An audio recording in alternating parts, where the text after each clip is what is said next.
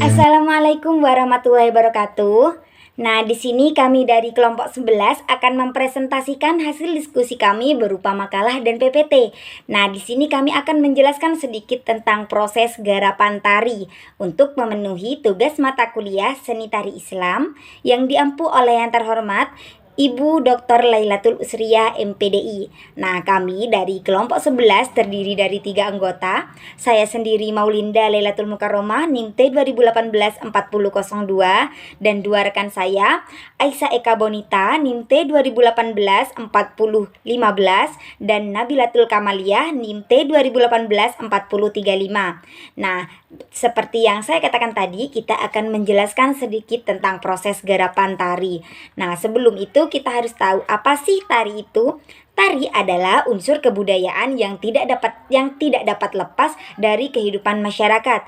Tari pada hakikatnya adalah hasil kreativitas dan hasil cipta masyarakat dari bentuk-bentuk kebudayaan yang telah ada. Belajar seni tari dapat dimulai dari usia dini, sejak dini.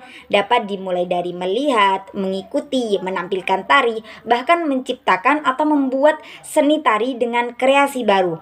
Seni tari adalah perpaduan jenis gerak anggota tubuh yang dapat dinikmati dalam suatu waktu dan dalam ruang tertentu. Nah, ada 5 topik yang akan kita bahas hari ini. Yang pertama eksplorasi, yang kedua improvisasi, yang ketiga sitiliasi, yang keempat seleksi atau evaluasi gerak, yang kelima forming atau penggabungan. Nah, saya akan menjelaskan sedikit tentang eksplorasi.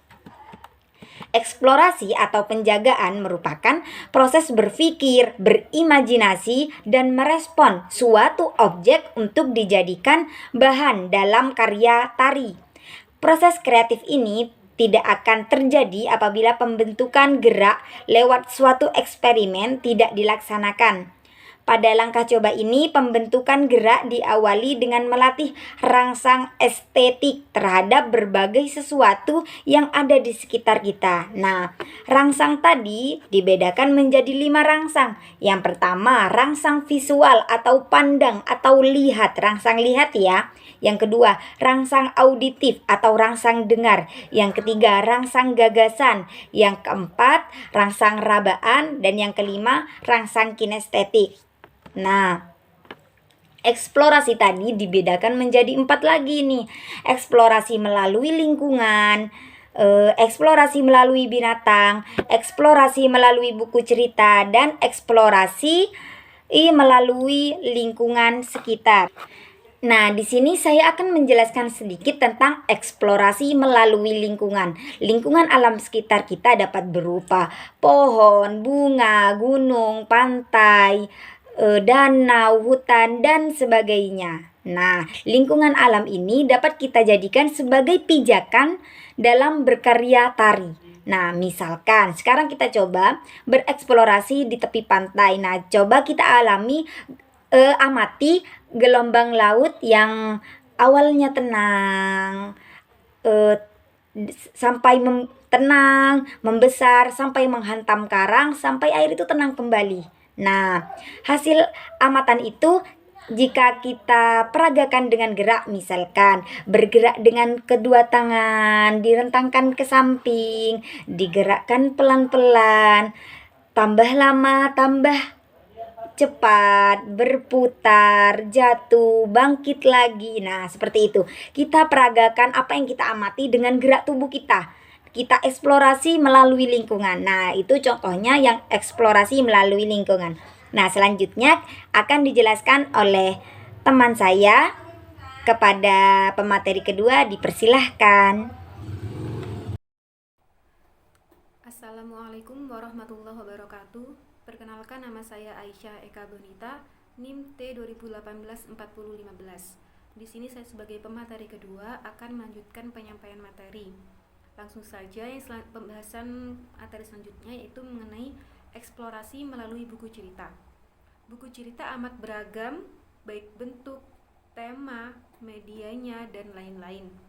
Dari bentuknya saja dapat dilihat ada cerita yang bergambar atau yang disebut dengan komik maupun ada cerita yang tidak bergambar.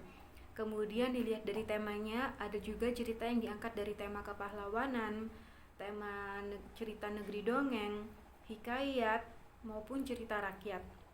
Jadi dari tema-tema ini maupun dari bentuk cerita yang bergambar maupun tidak bergambar, dari situ dapat dilakukan eksplorasi mengenai gerak tari.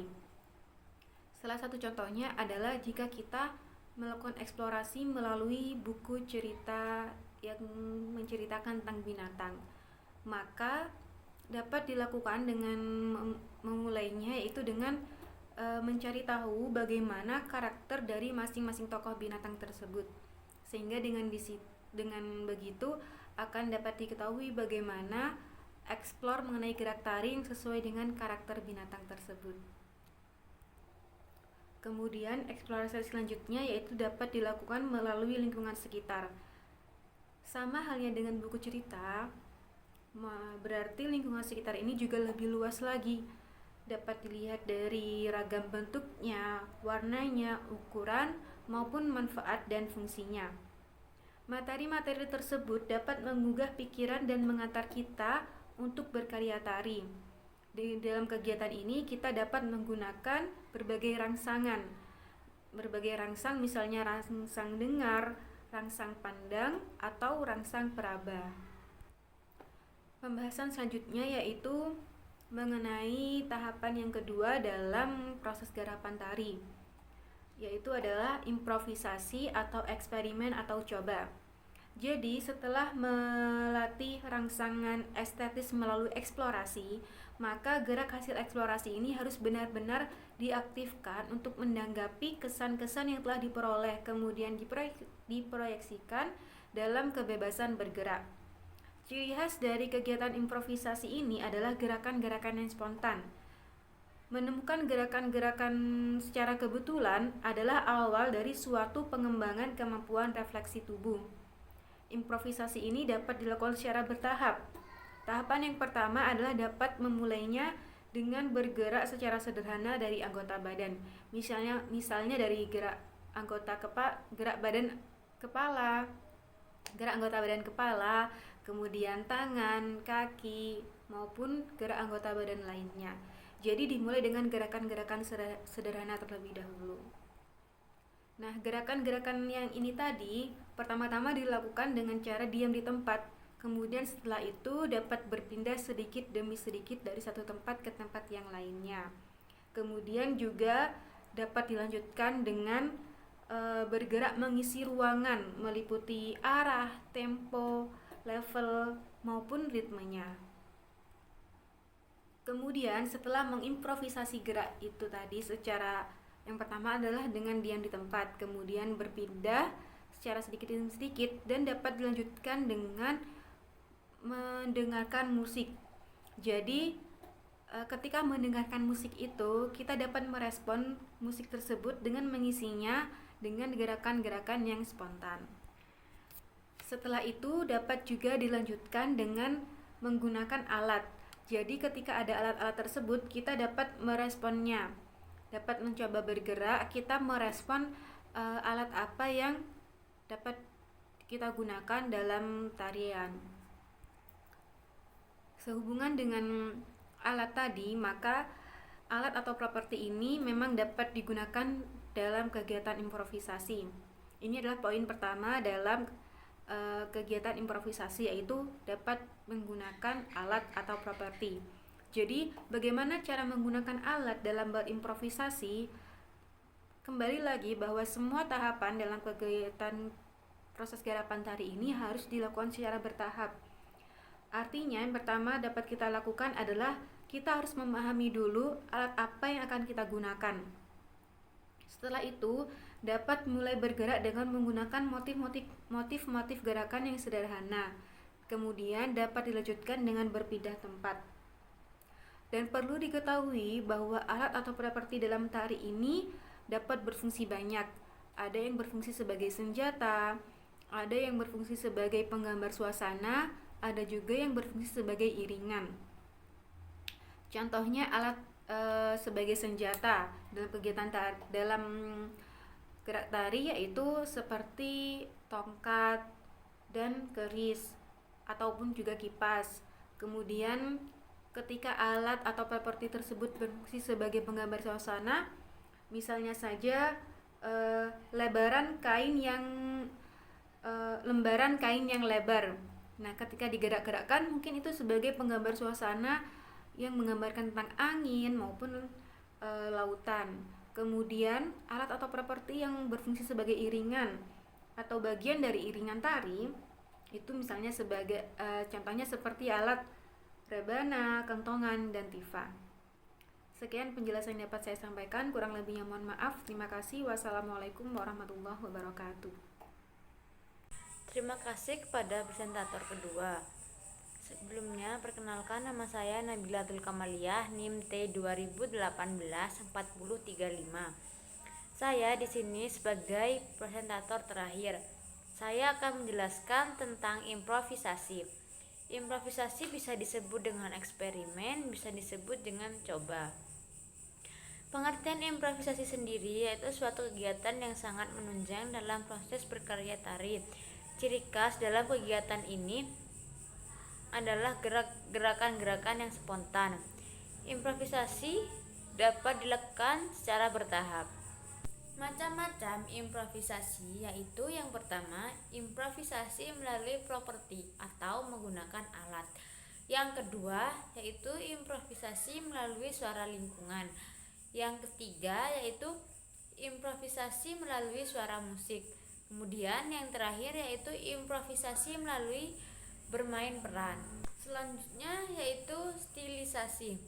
Stilisasi di sini yaitu untuk mewujudkan bentuk baru, maka gerak-gerak dari berbagai sumber diubah atau diperhalus dengan pengembangan secukupnya. Pengembangan tersebut bisa dilakukan dengan cara mengubah volume gerak, mengubah kesan dimensi, level, pengubahan ragam gerak, pengubahan struktur tari dan sebagainya. Pengembangan gerak di sini bertujuan untuk menjadi baru, memerlukan kecermatan dan langkah coba yang terus-menerus. Selanjutnya yaitu seleksi atau evaluasi gerak. Sesudah pembentukan gerak memenuhi persyaratan pembendaharaan yang diperlukan, maka segera lakukan pemilihan gerak yang sesuai dengan ide.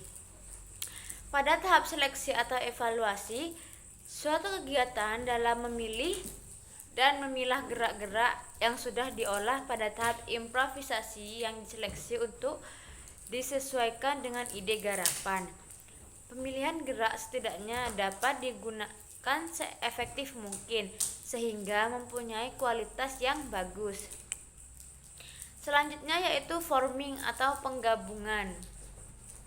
Forming atau penggabungan sendiri adalah tahap penggabungan dari gerak-gerak yang sudah dievaluasi menjadi kesatuan yang utuh dan siap untuk diajarkan pada penari. Pada tahap ini dilakukan penggabungan antara gerak dan musik pengiring tari. Sekian presentasi dari saya.